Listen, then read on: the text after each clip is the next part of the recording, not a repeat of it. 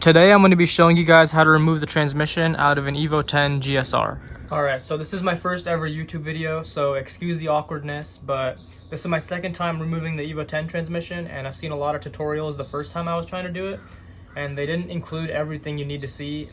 There were some things that were missing, so I'm going to go over literally everything you need to remove an Evo X transmission. This is part one of like a 2 or 3 part series. I'm gonna have to replace the clutch itself with an XD twin disc, but this video is just gonna go over the transmission removal process because that is the hardest part out of the whole thing. Now, as I said, this is my second time doing the clutch replacement in the Evo X, and this time I get to do it in a garage. But the first time I did it, I actually had to do it outside in the winter time, in the rain and the cold. So that's literally proof that pretty much anyone can do it no matter your situation. But let's just get into it. So right off the bat, the first thing you have to do obviously is remove everything up top. So your intake has to come out from your turbo. Your lower intercooler piping should come out. You can take off your upper intercooler piping too if you want. You don't necessarily have to, I don't think, but it definitely will free up some space. Crossbar has to come off. Power terminals and your ECU has to come out. Pretty much everything in this area and everything connecting to the transmission, so your shifter cables, all your wiring harnesses and your slave cylinder, all of that has to come out to free up space. For your intake, it's best to just disconnect it from the turbo and keep the whole assembly together as much as possible. That way you don't have to do as much work when putting it back together. So I'm just going to disconnect it from the turbo. You will also need to remove all the nuts up top for your strut tower bar. So 3 14s there, 2 14s there, and then 3 on the other side. And then obviously do that while the car is on the ground so that, you know, you don't mess anything up. It's just a good habit to have. And then once you pull that off, put the nuts back on top and tighten them a little bit. Alright, now that we have that strut tower bar off, we have a lot more clearance to reach the intake. So now everything up here has to come out.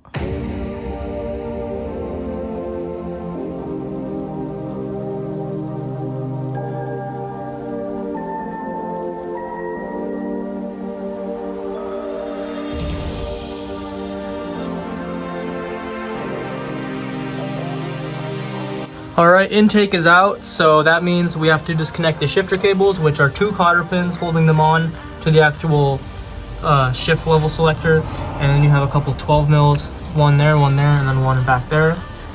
Those have to come out, and then the sensors for the transmission have to come out, just a couple clips, and then the slave cylinder has to get unbolted as well. And keep the clutch line attached if you don't want to bleed the system. I already have a radium stopper, a aftermarket clutch line, and an aftermarket clutch master cylinder. But if you have the stock clutch master cylinder and the stock clutch line, there is a bolt for the clutch line somewhere back there holding it on, and that's the only bolt holding it on. And then once you unbolt that, you can lift it all up and remove the whole slave cylinder with the line attached.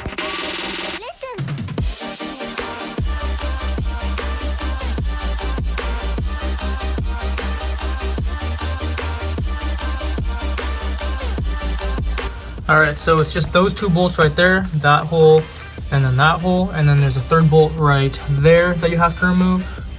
And then the whole bracket will come up once you disconnect these 2 from the actual shift selector, and then you can just pick it all up and move it out of the way.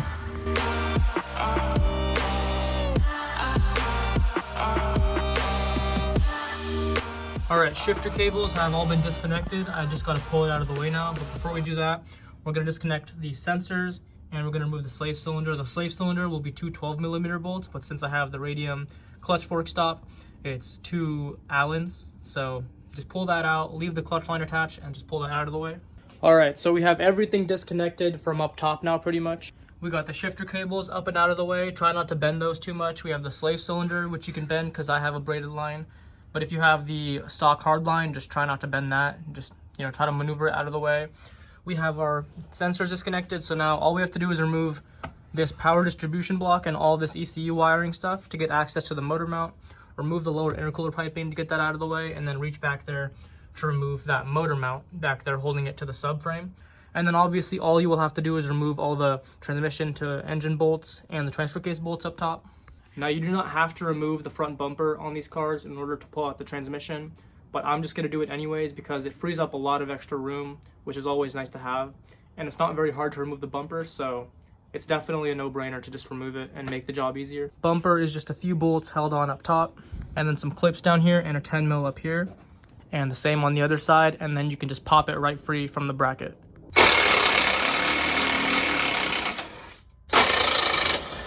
And then you have the 10 mil bolt up top right there that you have to remove.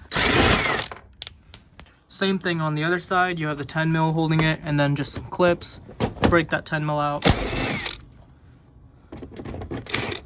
And then once you have all the hardware disconnected from the bumper, the only thing you have to worry about is not breaking any of the clips on the actual bracket. So just pry it off, give it one big pry really gently, and it should just pop out.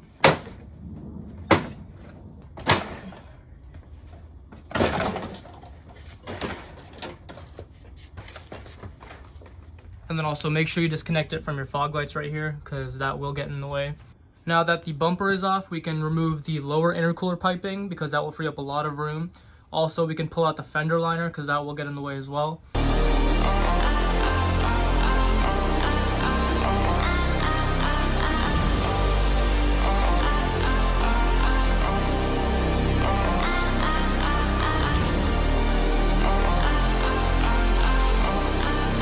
All right, intercooler piping out. It's just one connection here, 12 mil. It gets bolted on right here to the frame, and then it goes to your throttle body, which you should also disconnect from up here. And then obviously the whole thing just slides out. And that's why I said to remove the intake and the lower intercooler piping together, because the lower intercooler piping and the blow-off valve can all be still connected as one assembly to make it easier to install later.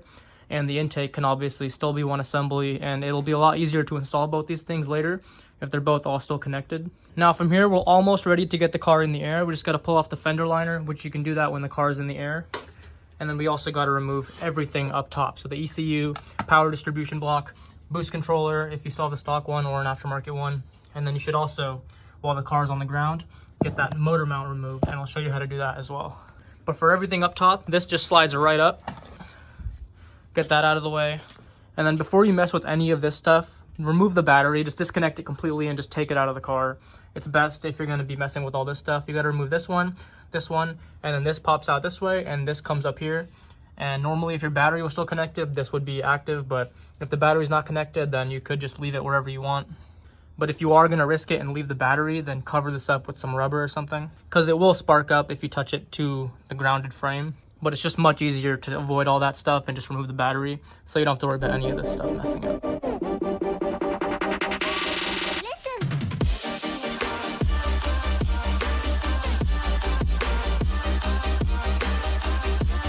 To remove these ECU connectors, you just take your thumb, push it down right here, and then grab this, and then that just pops out, and then it'll just come out like that. And do the same thing on the bottom one. Super simple.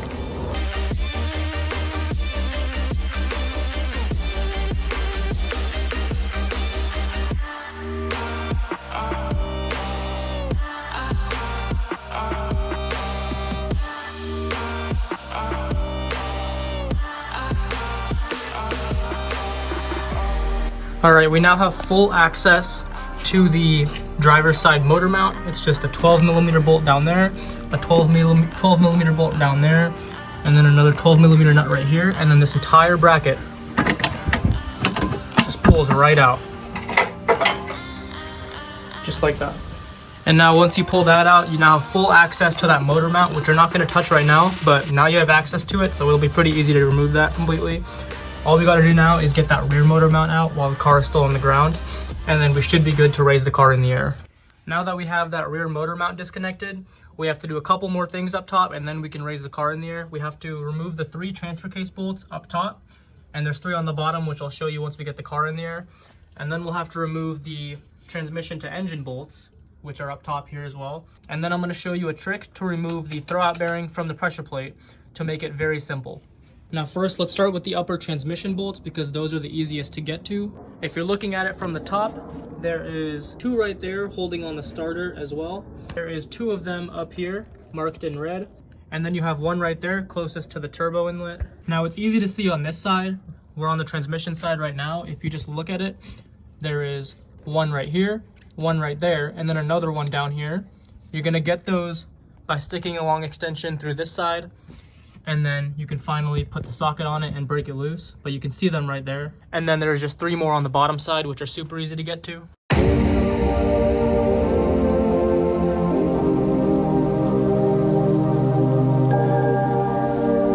And there it is. That is the hardest bolt to get out, in my opinion. those 3 top transfer case bolts. You just got to somehow jam an extension through this way underneath the turbo in the manifold and get it hooked up on those 2 right there, and then the one back there, which is a bit lower. It's such a pain in the ass. Definitely the hardest thing to do in this entire job, getting those 3 bolts out. Now that that's disconnected though, those 3 top transfer case bolts, I can finally show you guys how to disconnect the throwout bearing from the pressure plate the easiest way possible. So to remove the pressure plate from the throwout bearing, all you need is a flathead screwdriver. You're gonna stick it through here. You're gonna remove the clutch fork cover right here. And then you're also going to remove this thing as well, which just pops right out. Pull on it hard enough, it'll come out. Set that to the side. That's gonna allow us to have a peephole. And then with that peephole, you're gonna take your phone camera like I'm using right now. You're gonna stick it on top of the hole. And now you have a perfect view of the clutch fork and the throwout bearing. Now what you wanna do here is stick the flathead in between the monolock collar and the clutch fork. And then you wanna pull the clutch fork all the way towards the driver's side of the car. So the left side fender of the car. And you want to pull the throwout bearing all the way into the pressure plate. And while the throwout bearing is all the way into the pressure plate, you want to take the flathead in between the clutch fork and the monolock collar, and you want to twist it 90 degrees all the way hard, and then it should snap the throwout bearing off of the monolock collar like it does right here. So once you put your car in the air, the first thing you should do is drain your transmission fluid completely, and then drain your transfer case fluid completely. That will allow you to then pop out both your axles without leaking any fluid on yourself. Take off the wheel, obviously. Take off the fender liner, just a couple clips. There's a 10mm bolt back there holding the fender liner on, and then just pry it out. Put it to the side, and then while your transmission fluid's draining, open your transfer case bolt and drain that one as well. And then you also need to remove all of this front bracing as well. So the motor mount up there, all of this stuff, that needs to come out. You don't need to remove everything on your suspension, but it makes it so much easier for once you pop out your axles. Then you remove your brake caliper so you can take your knuckle off of your lower control arm and then remove your tie rod end. Pretty much all that stuff needs to come out so that the subframe can just freely drop down. So while that's draining, we're gonna start taking off the brake calipers.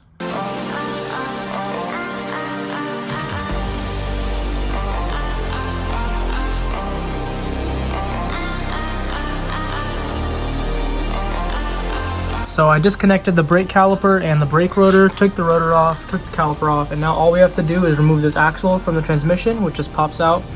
Remove this axle nut, which is a 32mm. Definitely is a lot easier to have an impact here because you don't want to have someone step on the brake while you try to break this free with a breaker bar, because this gets torqued to like 160 or 170 foot-pounds. So it's much easier to just get an impact and gun it off. From here, all you have to do is remove the axle nut, pop the axle out of the transmission, and then remove the lower control arm bolt so that you can pop this out and then remove the tie rod end, and then do the exact same on the other side so that you can drop the subframe. Now the axle nut takes a 32mm socket and a big beefy impact to rip this thing off. Just like that. What I found is when you disconnect the strut from the knuckle completely and just let this hang once you remove the axle, it puts a lot of stress on the tie rod end. I just replaced these tie rod ends. I do not want to replace them again so soon. So to prevent those from like tearing, I'm going to leave this attached, pop the axle out of there, and then here, remove it. And then I'm going to remove the tie rod end, pop that out, and then I'll remove this so that it can hang freely without damaging the tie rod end. Now, in order to pop a CV axle out, all you have to do is take a pry bar or a big flathead screwdriver like this one. You want to be very careful of where you pry. Right here is where the axle meets the axle seal. You do not want to pry right there. You want to pry it on this part right here. So this little bulge right here, you want to make sure that all the pressure is going on this and not this lip, because if this gets deformed, you might have an axle leak and you might leak transmission fluid, and that's not very fun to replace the axle seal. So it's much better. You're supposed to just pry it from right here so that you don't mess up the lip right here. But first we're going to remove this front brace and the front motor mount and all this bracing underneath. So to remove this whole brace, don't mind all the rust. I know this thing is very rusty from underneath, but you have to remove these 2 bolts, obviously. This one down here, this one down here. You have to remove this bolt over here, this one back here, and then to remove this little bar, we have to remove this one and this one. Then once you remove that brace, you have a lot more room down here. And then all you have to do to remove the rest of this mount is a couple 17 mils right there. And then this whole thing will come out. All right, the transfer case fluid has finished draining, so I plugged that back up. Now we have both our fluids drained completely. I've taken apart the driver's side of the suspension completely. The tie rod end is completely removed. All we had to do was take one of these tie rod end removers. You put this right above where the boot is, and then you put this right on top of the nut. Obviously, it'll be on the knuckle when you're doing this, but you put it there, and then you take a socket or an impact to this, and then gun it down, and then it'll just drop right down. Put that out of the way so that you can finally remove the subframe with the tie rod as well. All we have to do now is remove the axle from the transmission side. I took off the knuckle from this because the lower control arm will obviously drop down with the subframe, so you need to disconnect the lower control arm from the knuckle, which goes right here. It's just a 17mm bolt and a nut, and then you just hammer this down. Super easy. I've already unbolted the brake caliper. Pretty self-explanatory, just 2 bolts. Rotor just slides off. Now all you have to do from here is to disconnect these 2 strut bolts. Disconnect the tie rod end, which I've already done. I've popped it off using the tie rod end remover again. I'm telling you, the impact makes this job so much easier. If I didn't have the impact, it would take twice as long trying to break these bolts free.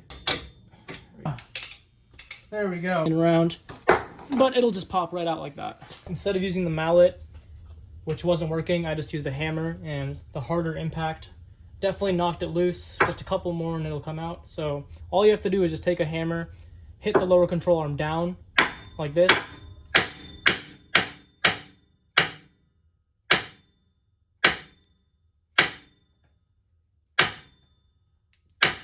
And then the knuckle will pop right off just like that. All right, now that our hubs on both sides are disconnected from our tie rods and our subframe, now all we have to do is remove a couple lines on top of our subframe for our power steering. Down here, you're gonna have this little bracket that says Evo on it. You wanna completely remove that. It's just a couple 4 12mm bolts, and it drops down, and that'll give access to these power steering lines up here. And now with that bracket removed, you have a full view of the power steering lines on top of the subframe. So there's gonna be a 10mm holding the line on here, and then another one back over there. And then we're gonna remove this clamp and then separate these two and then drain some power steering fluid, and then we're gonna remove this big bolt back here. And once you disconnect that banjo bolt back there, there's also one more bolt holding that line on way up there. And now that this line is out of the way, it frees up so much more room to access that banjo bolt. And once you pull that out and remove this line, then all you have to do is disconnect the steering rack from the steering column. But first, let's get that banjo bolt out. All right, now while you're letting that fluid drain from the power steering line, everything is disconnected on the subframe now from the power steering rack. So now you can hop inside the car in the footwell on the driver's side and disconnect the steering rack from the steering column. To do this, you're gonna hop underneath the car. You're going to unscrew this with a flathead, and then this whole plastic piece should pop right off. It's super easy to do. I'm not even gonna show you how to do it, because once you just unscrew that, this whole thing just pops right off. All right, and just like that, once you pull it out, you can just set it to the side. This will come out with it, don't lose that. Just put all that to the side, and now you have a full view of the steering rack.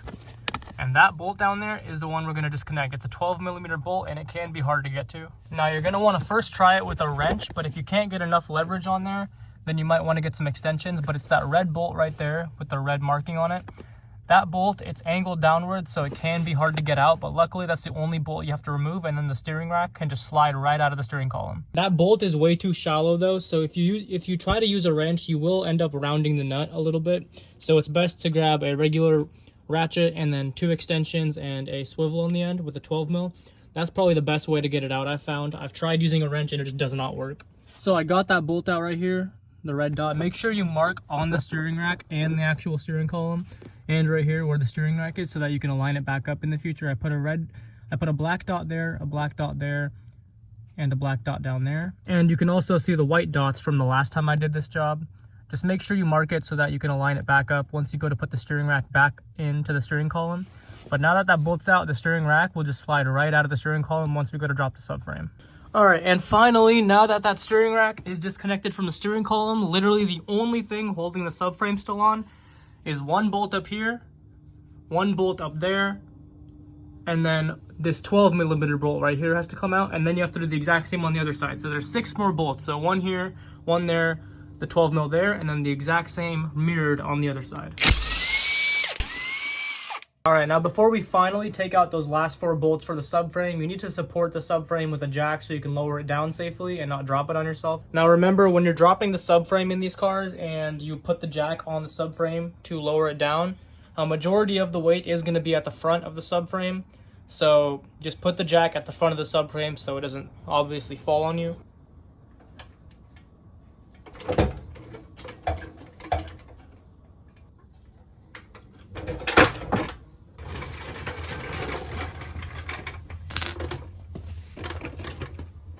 All right, you guys saw it. That is a perfect example of how not to drop a subframe. You definitely should get a second person if the subframe starts to get caught on stuff, but I didn't have one, so I just tried to wiggle it out myself, and eventually it came free and nothing was damaged, but you definitely don't want to drop it on its ass like that. Now, while you are here, it is a great time to take your steering rack off and clean your subframe and also check for any leaks and stuff. Our steering rack looks to be in good shape and it's not leaking anywhere, but I'm still going to take it off the subframe so I can get a good cleaning of the subframe while it's out. All right, next up, before you can remove the transfer case from the transmission, you need to remove this little intermediate shaft. I've already removed mine, as you can see, but the way to remove this is you need some type of slide hammer. And with whatever slide hammer you're going to use, you have a little fitting at the end like this. You're going to want to use one of these entries and thread a long bolt through here, threading into the intermediate shaft, and then just take your slide hammer and just pop that thing right out. You cannot be gentle with this and think it's going to remove itself. You're going to have to hit it with a harsh impact, and that's the only way it will break free from its position. So again, take your fitting, thread a long bolt through here, it threading into this intermediate shaft. That's why they have threads right here.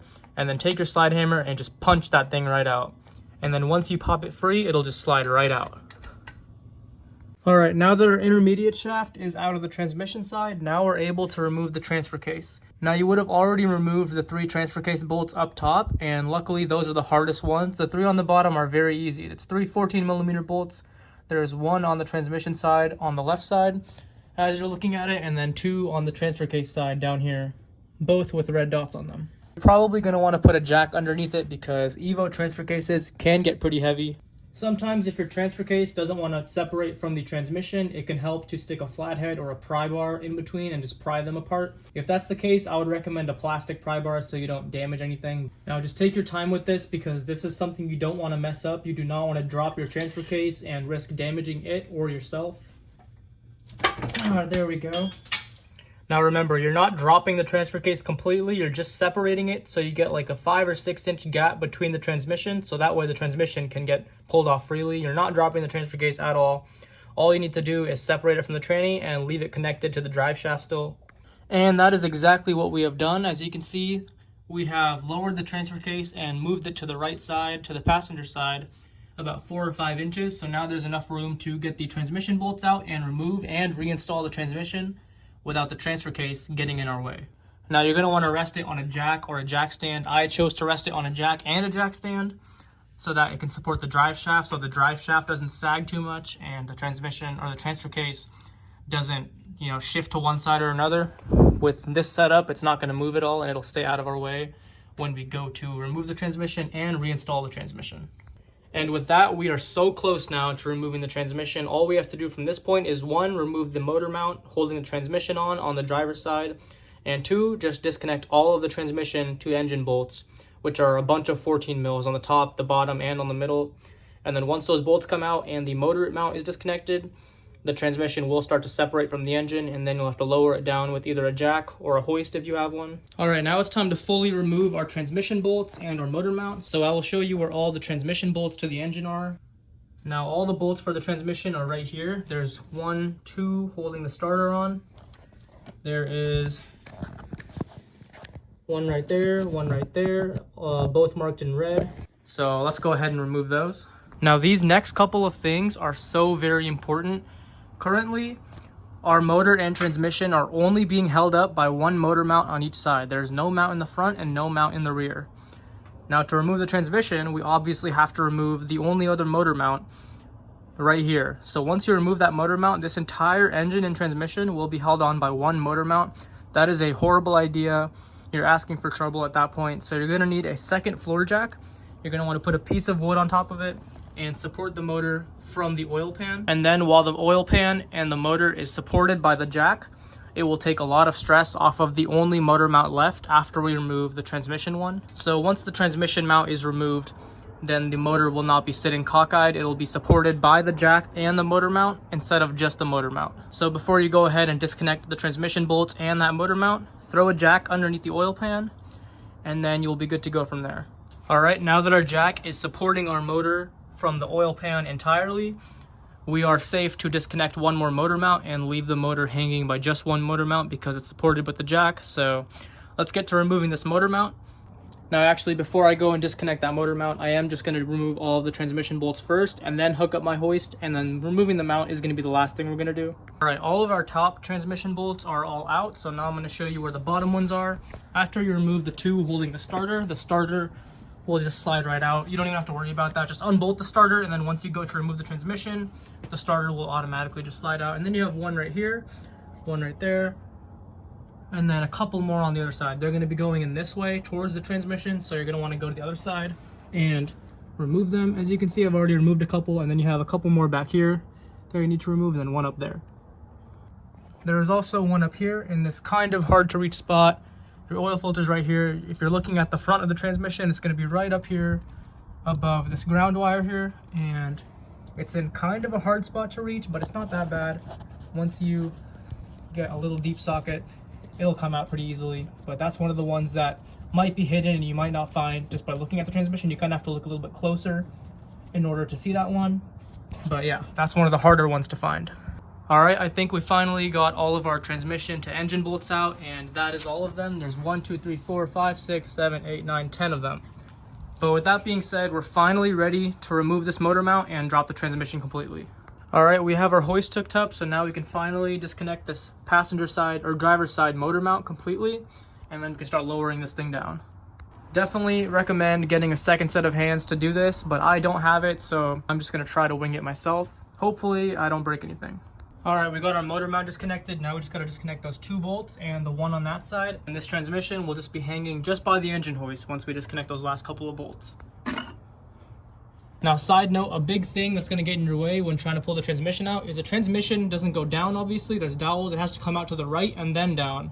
So when you're trying to push the transmission to the right to get it out, a big thing that will get in your way is this little bracket right here. It's held on by 3 bolts, one right here, one right there, and another one that's hidden down there.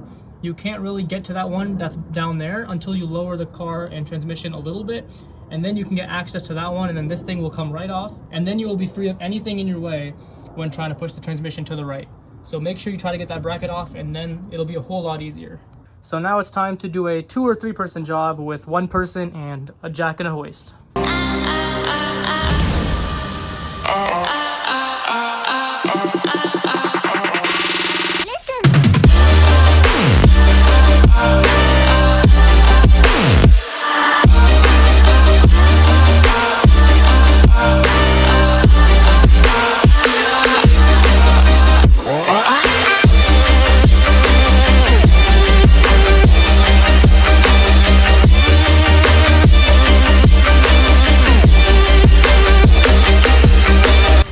And there you have it, guys. That is how you remove the transmission out of an Evo X GSR. I know it can seem a bit daunting.